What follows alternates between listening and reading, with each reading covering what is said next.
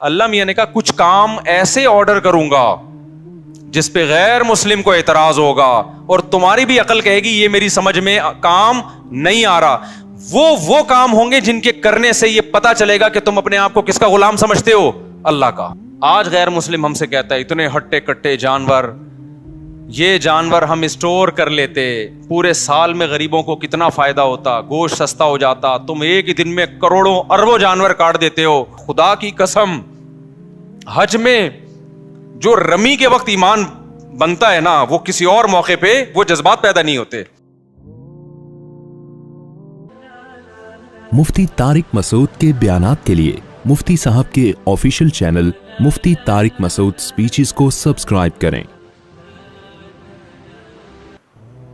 بقرعید کی آمد ہے، تو آج ارادہ ہے کہ بقرعید کے حوالے سے، عید الاضحیٰ کے حوالے سے، قربانی کے حوالے سے کچھ باتیں آپ کے سامنے رکھی جائیں. اگرچہ بقرعید میں تھوڑا ٹائم ہے، لیکن پہلے سے آپ قربانی کے حوالے سے کچھ تیاری بھی کر لیں. کچھ قربانی کی فضیلت، قربانی کا فلسفہ کیا ہے، یہ چیزیں آپ کے دماغ میں پہلے سے بیٹھ جانی چاہیے.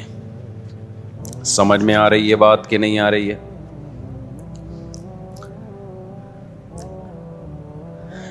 دیکھیں، اللہ تعالیٰ نے الحم سے لے کے والناس تک قرآن میں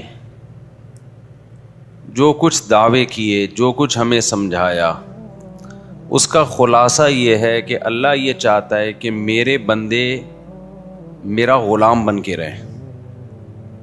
ویسے تو غلام ہیں، اللہ کی ملکیت ہے، لیکن یہ اس غلامی کو تسلیم کریں.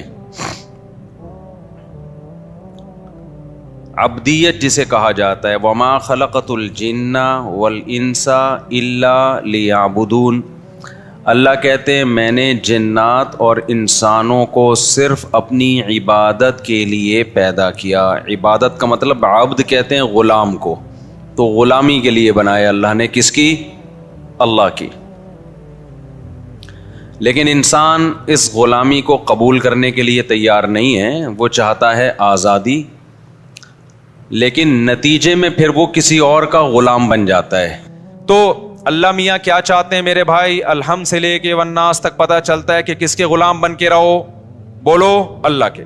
اب اسلام چاہتا ہے کہ آپ اللہ کی غلامی کریں، تو اللہ کہتے ہیں غلامی کا زبانی دعویٰ قبول نہیں ہے، پریکٹیکل کر کے دکھاؤ. پریکٹیکلی یہ شو کرو کہ میں کس کا غلام ہوں.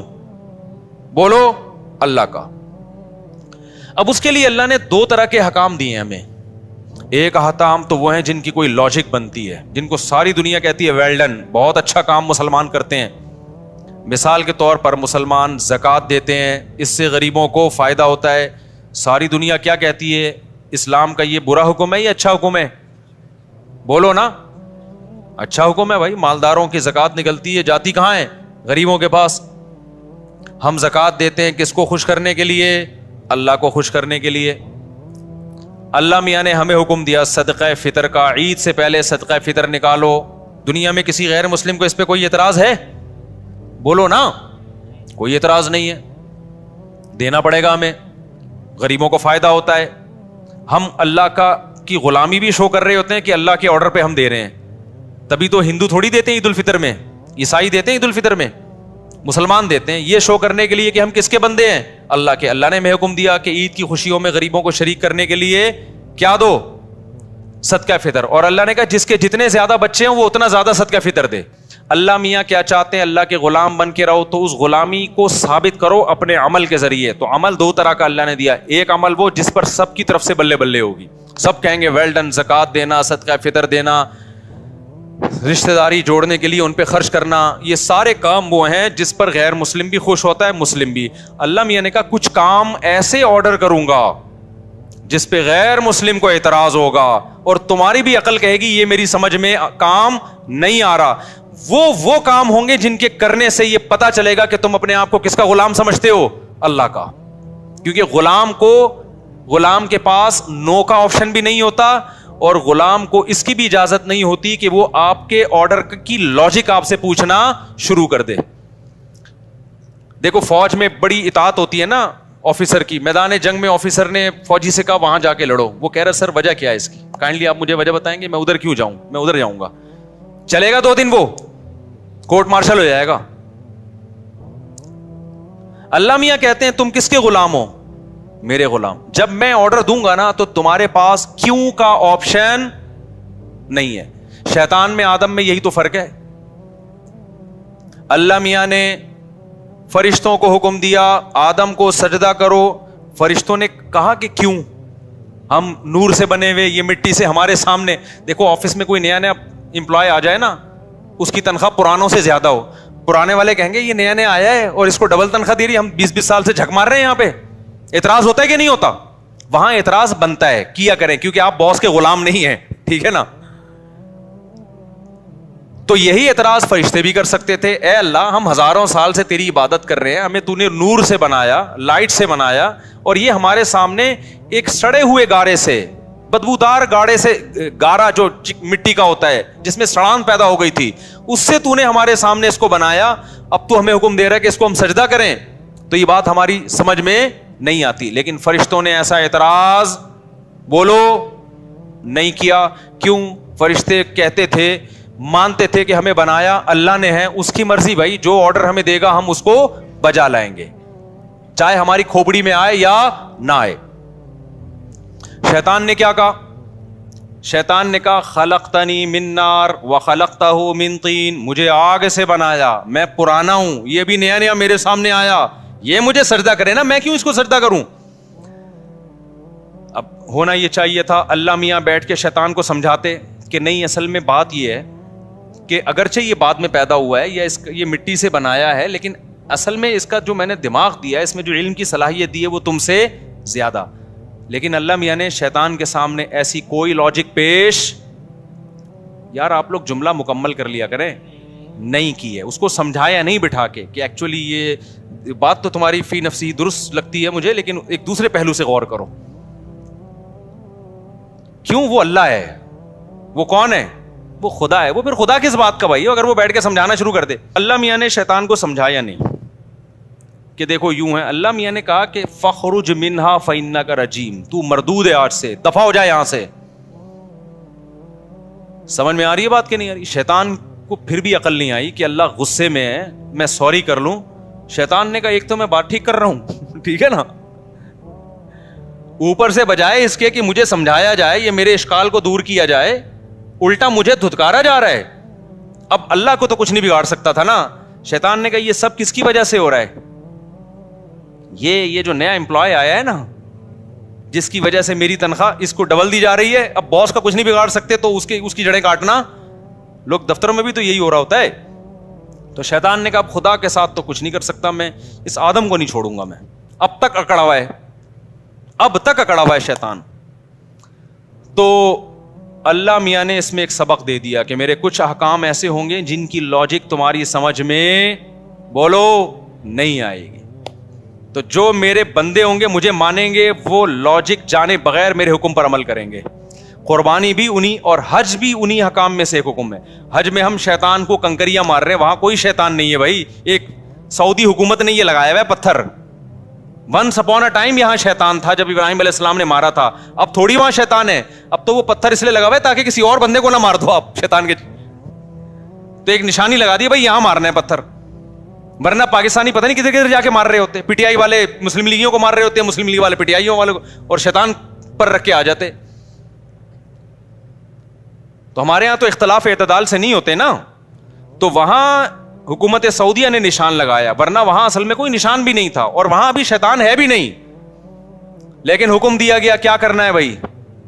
اب بے وقوف لوگ کہتے ہیں کیسا حکم ہے یار, جا کے پتھر مارو, اس کے لیے ہم 10-15 لاکھ روپے خرچ کرنے آئے ہیں یہاں پہ.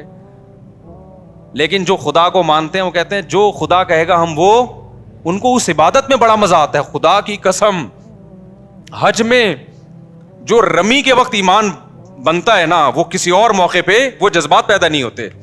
لاکھوں لوگ ایسے دیوانوں کی طرح اٹھا کے کنکریاں, یا اللہ یہ 7 کنکریاں مارنے کے لیے 18 لاکھ روپے خرچ کر کے آئے ہیں. ہاں بھائی اسی کام کے لیے, کیونکہ یہ کنکری برائے کنکری نہیں ہے. یہ آرڈر کس کا ہے؟ یہ خدا کا حکم ہے, اس نے بولا ہے یہ کام کرو. تو جو اللہ کے ماننے والے ان کے لیے یہ کنکری کا عمل ایمان کے بڑھنے کا ذریعہ بن جاتا ہے. جو نہیں ماننے والے وہ لاجک کی تلاش کرتے رہتے ہیں, یار اس کام, ایسے بھی لوگ ہم نے دیکھے ہیں لبرل لوگ, ابے یہ کیا ہے یار, عرفہ میں جا کے بیٹھ گئے, دھوپ میں جا کے بیٹھ گئے اور بغیر سلے ہوئے کپڑے پہن لیے, بس وہ چادریں دو باندھ لی, کبھی ادھر جا رہے ہیں, کبھی مینا سے نکل کے ادھر جا رہے ہیں, کبھی مینا میں آ کے بیٹھ رہے ہیں. کیا ہے یار, یہ بور ہو جاتے ہیں لوگ, ٹینشن میں آ جاتے ہیں کہ اس کی لاجک کیا ہے, سمجھ میں نہیں آ رہا. اسی وجہ سے بہت سے حج کرتے ہی نہیں ہیں. لیکن جو اللہ کو ماننے والا ہے وہ کیا کرتا ہے, بھائی اللہ نے حکم دیا مینا جاؤ, اب میں مکہ میں نہیں ٹھہروں گا, مینا جاؤں گا. اللہ نے حکم دیا وہاں سے کہاں جاؤ, مکہ میں جاؤ, تو وہ مکہ جائے گا. اللہ نے حکم دیا اب طواف کرو, اب وہ طواف کرے گا. اللہ نے حکم دیا اب سر منڈاؤ, وہ کیا, اب بتاؤ سر منڈانا کیا عبادت ہے بھائی؟ اسلام تو زینت کو پسند کرتا ہے. سر منڈانا عام حالات میں کوئی سنت عمل نہیں ہے. نبی نے ہمیشہ بال رکھے ہیں, لیکن حج عمرے کے موقع پہ سر منڈا لیا, یا قصر کیا. قصر بھی جائز ہے, بال چھوٹے کرانا بھی جائز ہے, کیونکہ مجھ پہ لوگ طنز کر رہے ہوتے ہیں جب میں عمرہ کر کے آتا ہوں, کہتے ہیں اس میں تو 6 عمرے اور ہو سکتے ہیں, ابھی اتنے بڑے بال ہیں کہ 6 عمرے اور ہو سکتے ہیں. تو شروع میں ہم نے ٹینٹ کرا لی تھی, اب قصر کر لیتے ہیں. تو خیر, تو قربانی بھی اسی طرح ہی ہے. اللہ نے حکم دیا ابراہیم علیہ السلام کو اپنے بیٹے کو ذبح کرو. ابراہیم نے اللہ سے کوئی لاجک نہیں پوچھی, ورنہ تو سب سے زیادہ اللاجیکل کام تو وہ تھا. آج غیر مسلم ہم سے کہتا ہے اتنے ہٹے کٹے جانور, یہ جانور ہم اسٹور کر لیتے, پورے سال میں غریبوں کو کتنا فائدہ ہوتا, گوشت سستا ہو جاتا. تم ایک ہی دن میں کروڑوں اربوں جانور کاٹ دیتے ہو, اور حج کے موقع پہ کتنا کٹتا ہے ایک ہی دن میں. یہ سارا جانور, یہ دنیا میں ایک بہترین غذا ہے گوشت, جو سب سے زیادہ کھائی جانے والی پروٹین والی غذا ہے. تم اس جانور کو ہلاک کر دیتے ہو, کاٹ دیتے ہو, ان کا کیا قصور ہے؟ ہم کہیں گے بھائی پیدا کس نے کیا ہے؟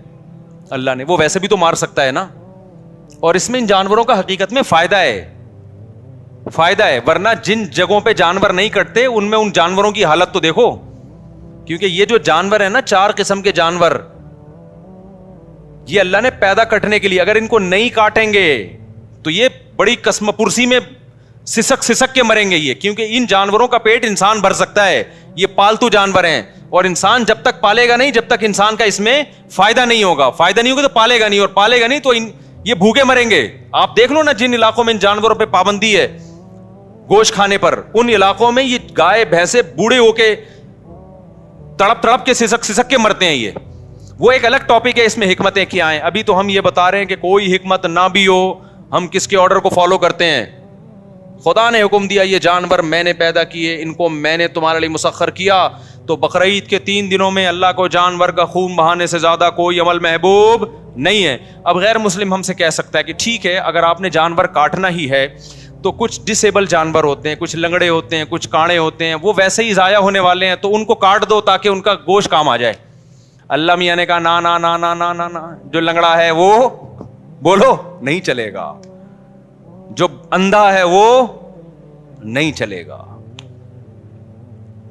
بھائی ایسا ہی ہوتا ہے نا, ہمارے یہاں تو جو مرغی بیمار ہوتی ہے کاٹنا ہی ہے اس کا علاج, کیونکہ وہ تو ویسے ہی مر جائے گی.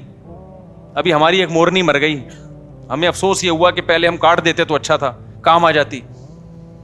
سمجھ میں آ رہی ہے بات؟ تو ہونا تو یہ چاہیے تھا بیمار جانور, لنگڑے جانور, کاڑے جانور جو ویسے ہی کسی کام کے نہیں ہیں, تو اب چلو ان کو کاٹ کے کیا کر لو, کسی ٹھکانے لگا دو. اللہ نے کہا نا, مجھے صحیح سالم جانور چاہیے, ٹھیک ہے نا, ہٹا کٹا دنیا کی چیخیں نکل جائیں کہ مسلمان کر کیا رہا ہے. پوری دنیا میں یہ ہٹے کٹے بیل, اونٹ 5 سال میں جا کے تیار ہوتا ہے, 2 دانت کا, بچہ بھی نہیں ذبح کرنا, کم سے کم 2 سال کا بیل ہو, بکرا 1 سال کا ہو. ورنہ لوگ کیا کرتے, چھوٹے چھوٹے بچے جن پہ ابھی پیسہ خرچ ہی نہیں ہوا ان کو ذبح کر دیتے. نا نا نا نا, تیار ہو چکا ہو, بھرا ہوا جانور ہو. بعض ایسے جانور ہوتے ہیں لوگ مذاق اڑاتے ہیں محلے والے کے, سوپ بنا کے پی لے بھائی تو اس کا, ٹھیک ہے نا. اللہ میں نے کیا کہا, اچھا جانور ہو. تو یہ بات بظاہر اللاجیکل ہے, لیکن مسلمان کا خدا سے رشتہ ہے. اور آپ کو پتا ہے قربانی کا حکم یہود و نصارہ کو بھی ہوا تھا, لیکن ان کے ہاں غامدی صاحب جیسے اسکالرز پیدا بہت پہلے ہو گئے تھے. انہوں نے ایکچولی کر کے نا سارے قرآن و سنت کا بیڑا غرق کر دیا ان کے اسکالرز نے, جو اب غامدی صاحب کوشش میں لگے ہوئے ہیں, کیونکہ ہر شریعت کے حکم میں نا وہ ان کی ایک اپنی وہ ہوتی ہے, ایکچولی یہ تو اس لیے تھا, ایکچولی یہ تو اس لیے تھا, ایکچولی یہ تو اس لیے تھا. تو کبھی حدیث کو مان رہے ہیں, کبھی حدیث کو نہیں مان رہے. جو حدیث ان کے فیور میں جائے گی وہ حدیث حجت ہے, جو حدیث غامدی صاحب کے فیور میں نہیں جائے گے تو حدیث وہ حجت نہیں ہے. تو یہود و نصارہ میں ایسے اسکالرز پیدا ہوئے, انہوں نے بھی قربانی, جو ان کو اچھا نہیں لگتا تھا ہم بکرے لا کے کاٹ رہے ہیں, قربانی کا حکم تمام امتوں میں رہا ہے, لیکن انہوں نے ایکچولی کر کے اصل میں تو غریب کا مقصد ہے, غریب کا پیٹ بھرنا چاہیے, تو ایکچولی غریب اس سے بہتر ہے اتنے کا بیل لے کر آ رہے ہو, بہتر نہیں کسی غریب کو کھانا کھلا دو اتنے کا, یا کسی غریب کی بچی کی شادی کرا دو. ہم کہتے ہیں ضرور کراؤ, بقرعید کے بعد کرا دو. آئی بات سامنے, شادی صرف بقرعید کے 3 دنوں میں نہیں ہوتی. دوسری بات یہ کہ آپ ایک جانور کر لیں, قربانی کی سنت بھی ادا ہو جائے گی, اور باقی پیسے کیا کر لیں, غریبوں کی مدد میں لگائیں. یہ فرض کیوں کر لیا گیا ہے کہ جو قربانی کرے گا وہ غریبوں کی مدد نہیں کرے گا؟ اور دوسری بات یہ کہ اسی گوشت سے بھی تو غریبوں کی مدد کی جا سکتی ہے. تو جب تک آپ قربانی نہیں کریں گے قربانی کا فریضہ ادا نہیں ہوگا. غریب کی مدد بھی کریں, لیکن شریعت کے ایک حکم کی وجہ سے شریعت کا دوسرا حکم چھوڑا نہیں جا سکتا. سمجھتے ہو کہ نہیں سمجھتے ہو؟ ہمارے نبی سے زیادہ غریبوں اور مسکینوں کا خیال کرنے والا کوئی نہیں تھا. آپ صلی اللہ علیہ وسلم عید الاضحیٰ کی نماز جلدی پڑھاتے تاکہ قربانی جلدی ہو سکے. اس کے بعد آپ اس وقت تک کھاتے کچھ نہیں تھے جب تک جانور ذبح نہ ہو جائے, اور اس بقرعید کے گوشت سے آپ صلی اللہ علیہ وسلم ابتدا کیا کرتے تھے بقرعید کے دن. سمجھتا نہیں ہے نا بات کو؟ اور ہمارے لیے ایام تشریق کے اللہ نے روزے حرام کر دیے. کیوں حرام کیے؟ بقرعید کا روزہ جائز ہے, بقرعید کے اگلے دن روزہ جائز ہے, اس سے اگلے دن جائز ہے, اس سے اگلے دن جائز ہے, 4 دن حرام ہے روزہ. حالانکہ بقرعید 3 دنوں کی ہوتی ہے, لیکن گوشت کے اثرات چوتھے دن بھی ہوتے ہیں, ٹھیک ہے نا. اس کے بعد پھر وہ فریزر اور تازہ 4 دن تک رہتا ہے گوشت. باقی ہماری قوم جو کر رہی ہے وہ تو آپ کو پتا ہے, ایک آدمی نے بکرا ذبح کیا, خواب آیا تو جنت میں وہ بکرا ایک ٹانگ کے بغیر گھوم رہا ہے. 2 مہینے بعد اس نے خواب دیکھا کہ اس کا بکرا 3 ٹانگوں پہ گھوم رہا ہے جنت میں. اس نے کہا یار یہ کیا مسئلہ ہے؟ انہوں نے کہا ابھی تو لیگ پیس جو ہے نا ابھی تک تیرے فریج میں پڑا ہوا ہے, ایک ران 6 مہینے ہو گئے وہ تیرے فریزر سے نکلی نہیں ہے, وہ کھائے گا تو پھر یہ بھی یہاں کے لگے گی. خیر یہ لطیفہ ہے, اس کی حقیقت نہیں ہے. تو 4 دن تک اللہ نے روزے کو کیا کر دیا؟ بولو حرام. تاکہ اللہ کے لیے تم نے جو جانور قربان کیا ہے یہ دیا اللہ کو ہے. اب اللہ کہتا ہے اب یہ میری ملکیت میں, اب میری طرف سے کیا ہے؟ ضیافت ہے, یہ میری طرف سے میزبانی ہے. کھاؤ کلو منہا, خود بھی کھاؤ, واطعموا البائس الفقیر, اور محتاجوں کو بھی رج کے کھلاؤ. رج کے کھاؤ تے رج کے کھلاؤ. تو یہ کھانے پینے کے دن ہے, روزہ رکھنے کے دن. روزہ رکھا تو اللہ کی دعوت سے اعراض لازم آئے گا. تو یہ میرے بھائی جب تک ہو نہیں سکتا جب تک جانور کٹے نہیں. سمجھتا ہے بات کو؟ تو اب لاجک سمجھ میں آئے نہ آئے, ہم طیبوا بہا نفسکم حدیث میں آتا ہے, خوش دلی کے ساتھ قربانی کیا کرو. اور جو لوگ کہتے ہیں جانور پہ ہمیں ترس آتا ہے, اگر اس جانور کو ہم ایسے ہی چھوڑ دیں نا تو جو بڑھاپے میں اس پہ آپ کو ترس آئے گا نا وہ اس سے زیادہ ہوگا, کسی کے کام کا بھی نہیں رہے گا. آپ دیکھ لو انڈیا میں جو بوڑھے جانور ہیں ان کے ساتھ کیا ہوتا ہے, کیونکہ جب وہ انسانوں کے کام کے نہیں ہیں تو بوڑھے ہو جاتے ہیں, بڑھاپے میں کوئی ان کا خیال نہیں کر رہا.